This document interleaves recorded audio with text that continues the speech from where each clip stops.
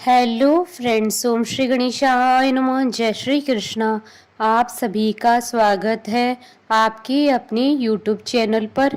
Friends, आज हम आपको इस वीडियो में बताने जा रहे हैं आषाढ़ मास की कृष्ण पक्ष की योगिनी एकादशी व्रत की पौराणिक व्रत कथा, पूजा विधि, शुभ मुहूर्त, महत्व और योगिनी एकादशी के दिन सर्व कार्य सिद्धि के लिए किए जाने वाले उपायों के बारे में। फ्रेंड्स, वीडियो शुरू करने से पहले आपसे रिक्वेस्ट है, अगर आप हमारे चैनल पर नए हैं और आपने अभी तक चैनल को सब्सक्राइब नहीं किया है तो प्लीज़ सब्सक्राइब कीजिएगा चैनल को, साथ ही प्रेस कीजिएगा बेल आइकन को, जिससे नए वीडियो से रिलेटेड नोटिफिकेशन आपको तुरंत प्राप्त हो सके। और वीडियो पसंद आने पर वीडियो को लाइक और शेयर जरूर कीजिएगा ताकि सभी भक्तों को इस वीडियो का लाभ प्राप्त हो सके। और कमेंट बॉक्स में जय श्री कृष्णा जरूर लिखिएगा। हिंदू धर्म में एकादशी व्रत की बड़ी महिमा है। पद्म पुराण के अनुसार स्वयं महादेव जी ने नारद जी को उपदेश देते हुए कहा था, एकादशी महान पुण्य देने वाली होती है। एकादशी प्रत्येक महीने में 2 बार आती है, एक शुक्ल पक्ष में, दूसरी कृष्ण पक्ष में। पूर्णिमा के बाद आने वाली एकादशी को कृष्ण पक्ष की एकादशी और अमावस्या के बाद आने वाली एकादशी को शुक्ल पक्ष की एकादशी कहा जाता है। जो भक्त एकादशी के दिन उपवास करते हैं वे उपवास के नियमों का कड़ाई से पालन करते हैं तथा अगले दिन सूर्योदय के बाद ये उपवास का समापन करते हैं। एकादशी व्रत के दौरान सभी प्रकार के अनाज का सेवन वर्जित होता है। जो लोग किसी कारण से एकादशी व्रत नहीं रखते हैं उन्हें एकादशी के दिन भोजन में चावल का प्रयोग नहीं करना चाहिए तथा झूठ व परनिंदा से बचना चाहिए। जो व्यक्ति एकादशी के दिन विष्णु सहस्त्र नाम का पाठ करता है उस पर भगवान विष्णु जी की विशेष कृपा होती है। आषाढ़ मास के कृष्ण पक्ष की एकादशी को योगिनी एकादशी के नाम से जाना जाता है। योगिनी एकादशी के दिन भगवान श्री नारायण जी की पूजा आराधना की जाती है। श्री नारायण भगवान विष्णु का ही नाम है। इस एकादशी का व्रत करने से समस्त पाप नष्ट हो जाते हैं और पीपल के वृक्ष को काटने जैसे पाप तक से मुक्ति मिल जाती है। इस व्रत के प्रभाव से किसी के दिए हुए श्राप का निवारण होता है। यह एकादशी देह की समस्त आदि व्याधियों को नष्ट कर सुंदर रूप, गुण और यश देने वाली होती है। योगिनी एकादशी का व्रत करने से जीवन में समृद्धि और आनंद की प्राप्ति होती है। यह व्रत तीनों लोकों में प्रसिद्ध है। मान्यता है कि योगिनी एकादशी का व्रत करने से 88,000 ब्राह्मणों को भोजन कराने के बराबर पुण्य प्राप्त होता है। फ्रेंड्स, अब आइए जानते हैं योगिनी एकादशी व्रत की शुभ मुहूर्त के बारे में।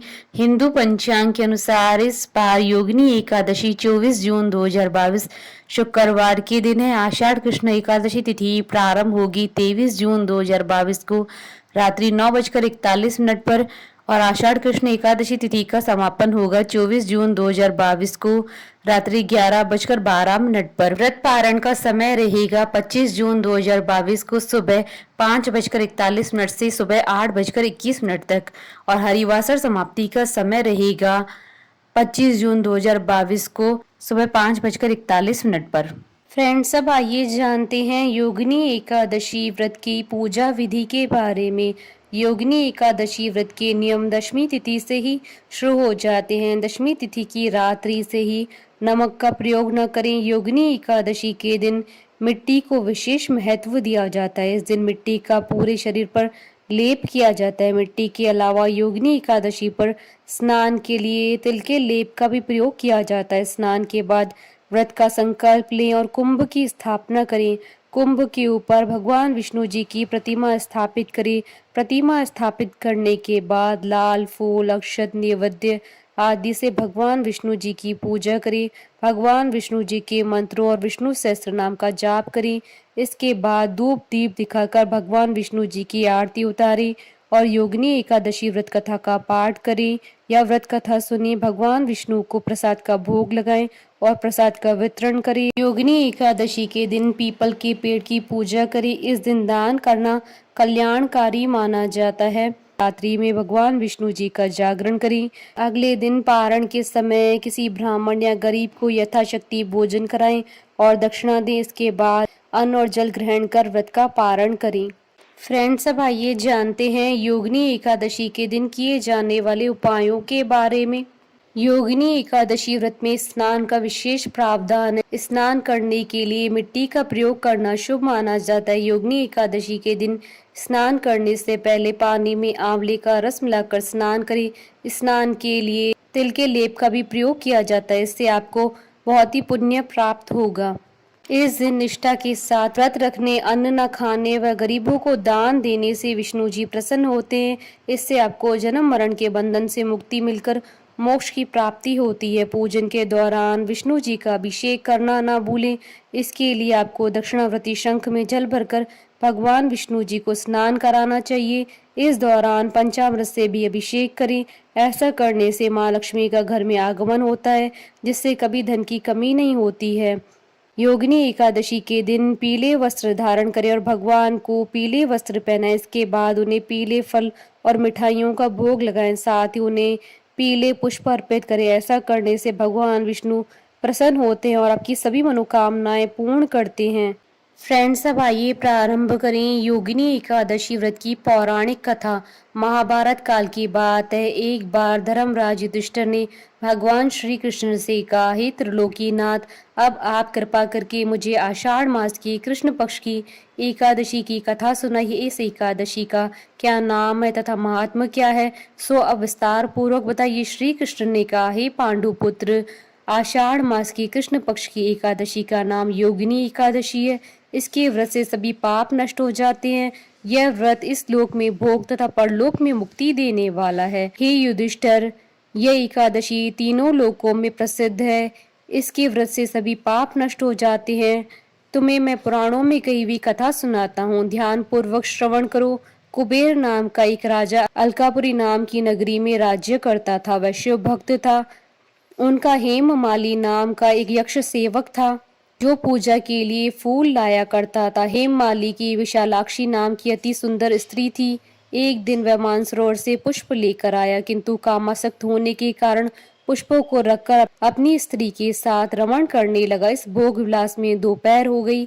हेममाली की रात देखते देखते जब राजा कुबेर को दोपहर हो गई, तो उसने क्रोध पूर्वक अपने सेवकों को आज्ञा दी कि तुम लोग जाकर पता लगाओ कि हेममाली अभी तक पुष्प लेकर क्यों नहीं आया। जब सेवकों ने उसका पता लगा लिया तो राजा के पास जाकर बताया, हे राजन, वह हेममाली अपनी स्त्री के साथ रमण कर रहा है।